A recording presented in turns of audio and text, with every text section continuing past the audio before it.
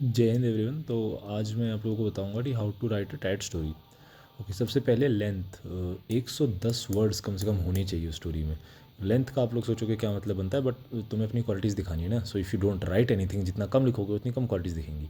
इसलिए make sure at least 110 words तो हों तुम्हारी स्टोरी में। दूसरा, तुम्हारी स्टोरी 3 पार्ट में डिवाइड होती है। What led to the situation, what is happening, what is the possible outcome. तो जो तुम्हें पिक्चर दिखा रखी है, कोशिश करना वो स्टार्टिंग में आए या फिर बीच में आए, एंड में ना ही आए तो अच्छा है। हाउएवर एक आध स्टोरी में अगर आ जाता है 12 में से तो इट्स ओके, बट कोशिश करना कि पिक्चर स्टार्टिंग में रहे। उसके बाद स्टोरी में तुम्हारा एक मेन कैरेक्टर होता है जिसको हीरो भी कहा जाता है। फॉर्मेट यूजुअली कुछ ऐसा रहता है कि पहले 1 से 3 लाइन में तुम इंट्रोडक्शन दोगे हीरो का, और एम गोल प्रॉब्लम क्या है उस पिक्चर में वो बताओगे। उसके बाद जो अगली 4 से 10 लाइनें हैं उसमें तुम गोल को अचीव करोगे या प्रॉब्लम को सॉल्व करोगे जो भी है, और आखिरी की 1-2 लाइन में कंक्लूजन होगा। अब इसमें क्या क्या लिखा जाए। जो फर्स्ट 3 लाइन्स हैं उसमें तुम लिखोगे हीरो का नेम और एज, ये तो लिखना ही लिखना है। एजुकेशन, क्वालिफिकेशन और जॉब तब लिखना है जब ज़रूरी है। अगर तुम्हें लगता है तुम्हारी स्टोरी में उस इन्फॉर्मेशन की ज़रूरत है तो ही लिखना है, नहीं तो नहीं लिखना है। और गोल क्या है, एम क्या है, प्रॉब्लम क्या है, ये लिखोगे पहली फर्स्ट 3 लाइन्स में। 4th से 10th लाइन के बीच में तुम क्या करोगे, एक्शंस, फीलिंग्स और थॉट्स डालोगे। हीरो ने उस गोल को अचीव करने के लिए क्या एक्शंस लिए, क्या फीलिंग्स उसके मन में आई, क्या थॉट्स आए उसके मन में। साइड कैरेक्टर्स के भी तुम्हें फीलिंग्स, थॉट्स और एक्शंस लिखने हैं।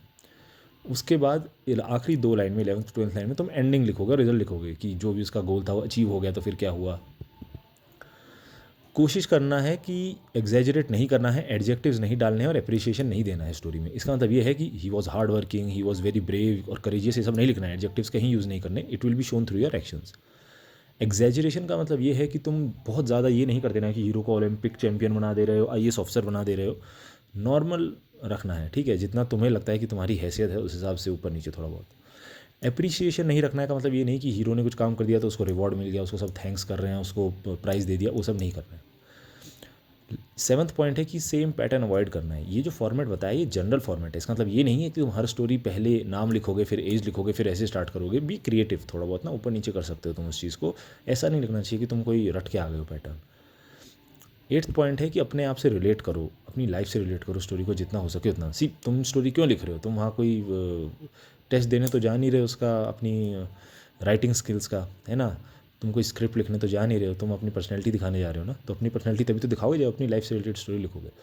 हर स्टोरी तुम्हारी लाइफ से रिलेटेड नहीं होगी, पॉसिबल नहीं है, लेकिन जितना हो सके अपने से रिलेटेड रखना है।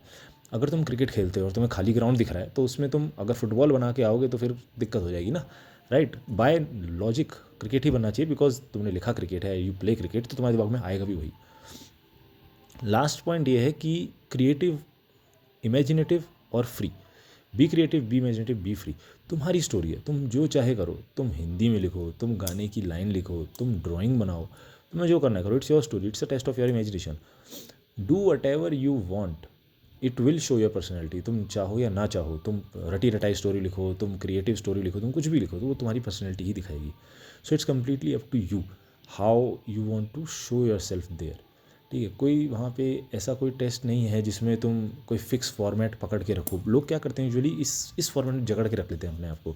सिर्फ एक्शंस ही एक्शंस लिखते हैं, फीलिंग्स और थॉट्स लिखते ही नहीं है ना, जिसकी वजह से सबकी स्टोरी सेम ही हो जाती है एक पिक्चर पे। तो फिर हाउ विल दे डिफरेंशिएट, उनको पता कैसे चलेगा कौन किसकी क्या पर्सनैलिटी है।